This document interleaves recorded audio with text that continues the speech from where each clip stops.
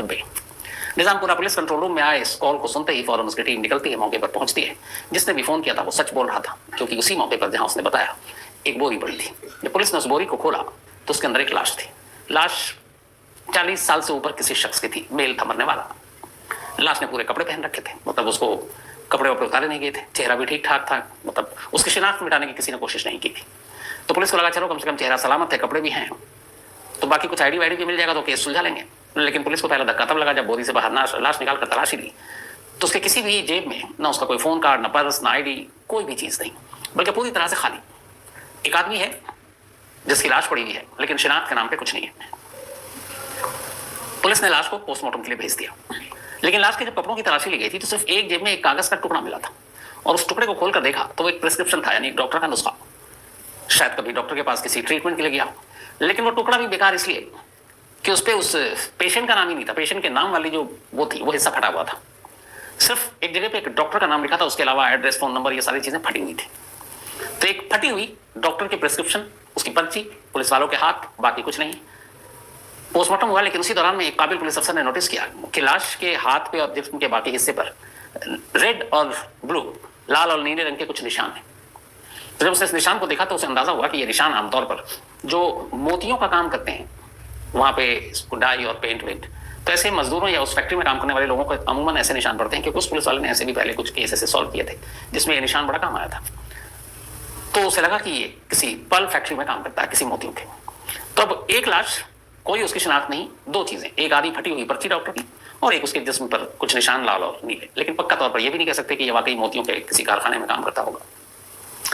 खैर, पुलिस को तफ्तीश करनी थी, लेकिन यहाँ पुलिस ने इस केस को बहुत सीरियसली लिया। कुछ नए पुलिस वाले भी थे उसमें, उनके लिए और मतलब एक इंटरेस्ट की चीज थी। एक ब्लाइंड मर्डर है, उसको सुलझाना है, क्या क्या करना चाहिए। बहुत सारे ऐसे पुलिस वाले होते हैं जो बहुत जोश में होते हैं, तो उनके लिए भी था कि एक चैलेंज है, कोई सबूत, कोई विटनेस नहीं है, कुछ नहीं है, आसपास में भी देखा, कोई कुछ पता नहीं, कुछ मिला नहीं। अब पुलिस ने 2 टीम बनाई, और 2 टीम को बनाने के बाद दोनों को काम बांट दिया। एक टीम बनाई और कहा कि यह आधी अधूरी जो फटी हुई पर्ची है डॉक्टर की, ये पकड़ो तुम्हारी टीम, और इस पर्ची को पूरा करो, और इस पर्ची में जो आधा अधूरा राज है उसको खोलो।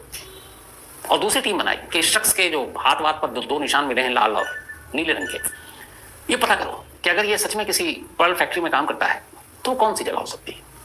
2 टीमों को बनाकर दोनों जगह डिवाइड कर दिया गया। अब दोनों टीम भटक रही है।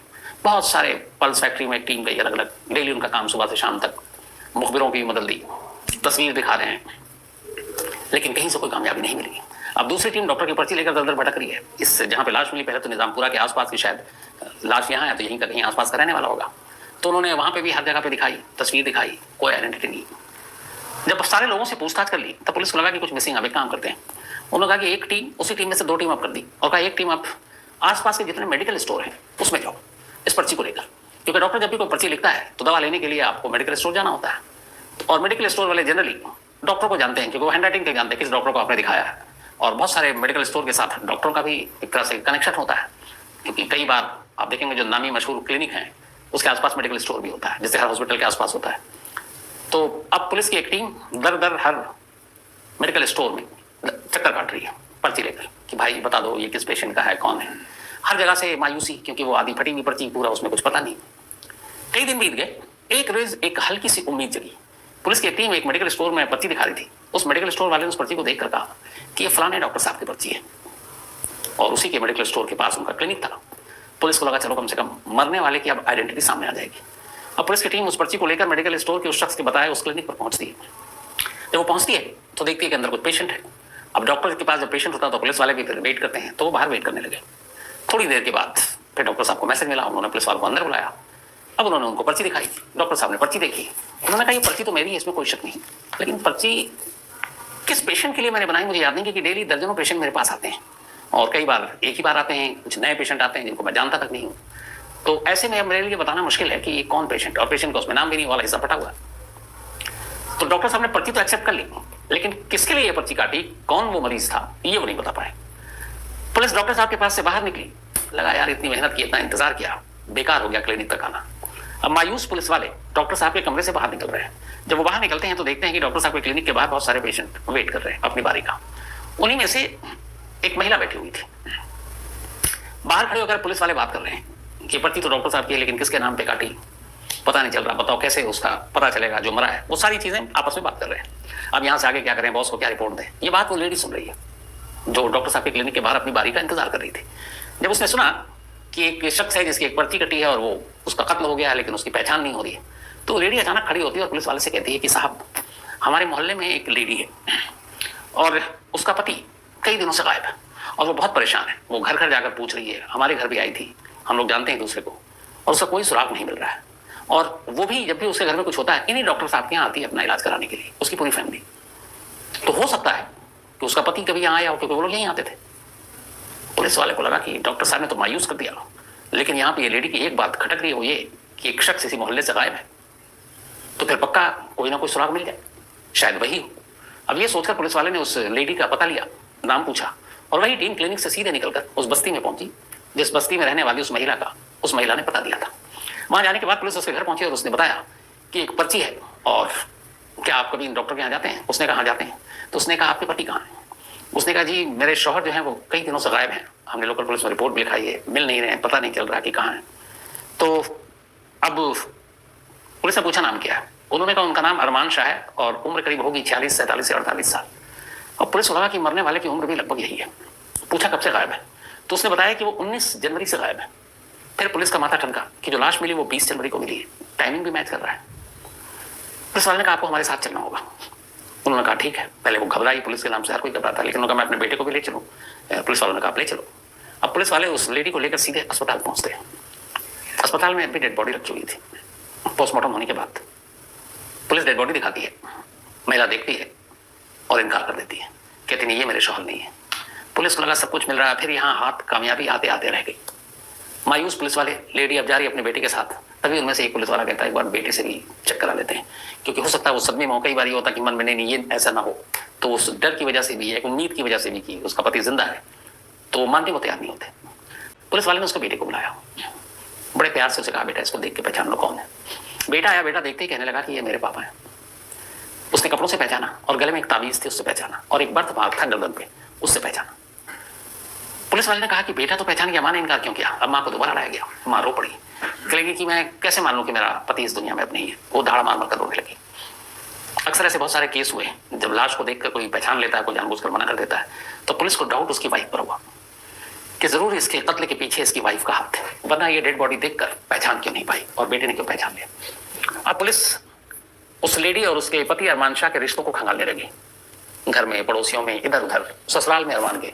लेकिन हर जगह से यही जानकारी मिली कि दोनों एक दूसरे को बेशुमार प्यार करते थे और वो सोच भी नहीं सकते कि अरमान शाह की वाइफ अपने शौहर को मार सकती है। मोबाइल भी चेक कर लिया, उस मोबाइल से भी कोई क्लू नहीं मिला, किसी और रिलेशनशिप के बारे में चेक कहीं से नहीं, हर तरह से उसकी वाइफ बिल्कुल क्लीन चिट। पुलिस ने कहा एक तरफ वो अपने शौहर की लाश को पहचानने से इनकार करती है और बेदाग भी है, उसके बारे में कोई भी कमजोर कड़ी नहीं मिल रही है। अब सब कुछ होते हुए सिर्फ ये कि लाश की तो पहचान हो गई, कातिल तक पुलिस नहीं पहुंच रही है। अब पुलिस की टीम परेशान, क्या करे। इसी परेशानी के आलम में अचानक एक रोज एक शख्स पुलिस के पास पहुंचता है और पुलिस से कहता है, इसका नाम था सलमान, कि साहब जिस दिन अरमान शाह का कत्ल हुआ मैंने उस कत्ल को अपनी आंखों से देखा है, मैं उसका चश्मदीद हूं। अब पुलिस पहली बार खुश कि चलो अब कातिल दूर नहीं है कहीं। तो उस चश्मदीद सलमान ने बताया कि 19 तारीख की बात है, शाम का अंधेरा हो चुका था और मैं अपने घर लौट रहा था, तभी मैंने देखा कि 3 लोग अरमान को बुरी तरह से पीट रहे हैं और उसे फिर इस तरह मारा और मैं डर गया। मैं कोने में दुबक कर देखता रहा कि वो मुझे ना देख ले, फिर मैं अपनी जान बचाकर वहां से भाग आया। लेकिन मैंने पुलिस को इसलिए खबर नहीं की क्योंकि मैं ऐसे चीजों में और पुलिस और इन सब झमेलों में हम लोग फंसना नहीं चाहते। गरीब लोग हैं, कौन चक्कर काटे कोर्ट के पुलिस के और कातिलों से कौन दुश्मनी ले। तो पुलिस को यकीन हो गया, बहुत सारे ऐसे लोग करते हैं। अब पुलिस खुश कि चलो एक चश्मदीद मिल गया। अब उन्होंने कहा कि चलो तुम उन तीनों का स्केच बनवाओ जो कातिल है। अब सलमान उन तीनों नामालूम कातिल का चेहरा बनवा रहा पुलिस से। इस दौरान में चूंकि पुलिस को पता था मरने वाला कौन है, तो अरमान शाह के मोबाइल नंबर भी मिल चुके थे। अरमान शाह के मोबाइल, उसकी वाइफ की मोबाइल को वो पहले ही खंगाल टटोल रहे थे। बहुत सारे नंबर मिले लेकिन कोई काम का नंबर नहीं था। लेकिन इधर सलमान मिल गया, अब वो चश्मदीद था, 3 लोगों के स्केच बनवा रहा है। स्केच पुलिस के पास, लेकिन वो चेहरा गांव में, उस इलाके में कोई पहचानने को तैयार नहीं, मतलब वो शख्स कोई नहीं जानता। पुलिस को लगा ये क्या है, ये चश्मदीद बताया। कई बार ये भी होता है कि आर्टिस्ट ठीक नहीं होते, चेहरा ठीक नहीं बनता है। अब पुलिस फिर परेशान हो। अब वो फिर से मोबाइल के कॉल डिटेल पे जाते हैं क्योंकि अब तक वो बीवी को शक के घेरे में रखकर सारी जांच कर रहे थे, उसी हिसाब से नंबर देख रहे थे। अब उन्होंने दोबारा सारे नंबरों को चेक करना शुरू किया, उनमें से कुछ नंबर जो जान पहचान के मिले, उनसे बात हो गई। एक नंबर पर पुलिस के आके नजर रुक गई। जब उन्होंने उस पर कॉल किया तो दूसरी तरफ से जो फोन कॉल था वो उसी चश्मदीद ने उठाया, यानी सलमान ने, जो पुलिस को यह कह रहा था कि 19 तारीख को उसने कत्ल होते हुए देखा। अब अरमान शाह के मोबाइल पर सलमान का फोन नंबर है। सलमान फोन के दौरान सलमान ने कभी यह बात खोला नहीं। अब पुलिस ने जब तफ्तीश की तो पता चला कि अरमान ने जिस तरीके से अपनी गवाही में जब बताया कि मैं चश्मदीद हूं, कत्ल होते हुए देखा है और वो ऐसे और ऐसे ऐसे मारे थे, पोस्टमार्टम रिपोर्ट में ठीक उसका उल्टा था। पोस्टमार्टम रिपोर्ट में जिस तरीके से सलमान ने कहा कि उसको मारा गया, उसमें था ही नहीं कि वैसे मारा गया। उसका गला घोंटा गया था, उसको रॉड से मारा गया था, जबकि ये बता रहे थे कि उन्होंने डंडे से मारा, हाथ से गला घोटा और ये सारी चीजें। तो पुलिस को लगा कि ये जो कहानी सुना रहा था कत्ल की उसमें बहुत लोचा है और पोस्टमार्टम रिपोर्ट की कहानी बिल्कुल अलग है। अब पुलिस को सलमान पर डाउट हुआ, उन्होंने सलमान को उठाया, इसके बाद सलमान की अच्छी खातिरदारी की। फिर सलमान ने मुंह खोला। जब सलमान ने मुंह खोला तो दो और लोग सामने आए, फिर वो दो और आए और उन दोनों ने कहानी सुनाई। तो दरअसल सलमान ने एक चीज सच कहा था कि उस रात 3 लोगों ने मिलकर कत्ल किया था अरमान शाह का। बस एक चीज झूठ बोला था, उन 3 में से एक वो भी था। तो तीनों सामने आ गए, कहानी खुल गई, वजह सामने आने बाकी थी, तीनों ने वजह भी बता दी। इसमें से अरमान शाह और ये 2 लोग बाकी जो थे, तीनों दोस्त थे, लेकिन इनमें से एक सलमान को यह शक था कि अरमान शाह और उसकी वाइफ के बीच में कुछ रिश्ते हैं। बस इसी शक के बिना पर एक रोज उसने शाम के अंधेरे में अपने 2 दोस्तों को पहले तैयार किया और बताया कि ऐसी ऐसी बात है। तो उन्होंने कहा कि जब ऐसा है तो फिर इसे मार डालो। और एक छोटी सी बात जो मतलब पुख्ता भी नहीं थी कि वाकई ये सच है कि नहीं, तीनों ने धोखे से शाम को बुलाया और बुलाने के बाद अरमान शाह का कत्ल कर दिया और उसके बाद ये कहानी गढ़ी। अब सलमान से पूछा गया कि अगर तू ये ना बनता, चश्मदीद सामने ना आता, तो तू सीन में नहीं होता, तो तू सामने क्यों आया चश्मदीद की कहानी लेकर? उसने कहा एक्चुअली 2 चीजें करना चाहता था मैं। एक कि अगर मैं चश्मदीद बन के पुलिस की मदद करूंगा तो पुलिस मेरी तरफ से सारा ध्यान हटा देगी, वो मेरे बारे में तो सोचेगी ही नहीं। दूसरा, इस दौरान जो मेरे बाकी दोस्त हैं 2 जिन्होंने कत्ल किया है, उनको यहां से निकलकर बहुत दूर अपने अपने होम टाउन जाने का मौका मिल जाएगा। तो इसीलिए मैंने ये प्लानिंग की कि मैं खुद सामने आऊं और पुलिस को भटका दूंगा, मेरे दोस्तों को सेफ पैसे मिल जाए। लेकिन आखिर में कहानी खुल गई और 3 पकड़े गए। तो अगर पुलिस सचमुच अपने दिमाग से किसी केस को इन्वेस्टिगेट करे तो कहते हैं कि किसी मुजरिम का बचना नामुमकिन है। तो ये थी आज की कहानी। कहानी खत्म करूं उससे पहले वही अपना सिलसिला। आज ऋचा सिंह, इनका बर्थडे है, तो हैप्पी बर्थडे ऋचा जी। और ये शिशिर प्रधान जी की वाइफ है। साथ ही आद्विक सैनी का भी आज बर्थडे है, तो हैप्पी बर्थडे आद्विक। और ये भेजा है विनीत कुमार जी ने, उनके बेटे हैं। निशा रानी का भी आज जन्मदिन है, तो हैप्पी बर्थडे निशा जी। और ये भेजा है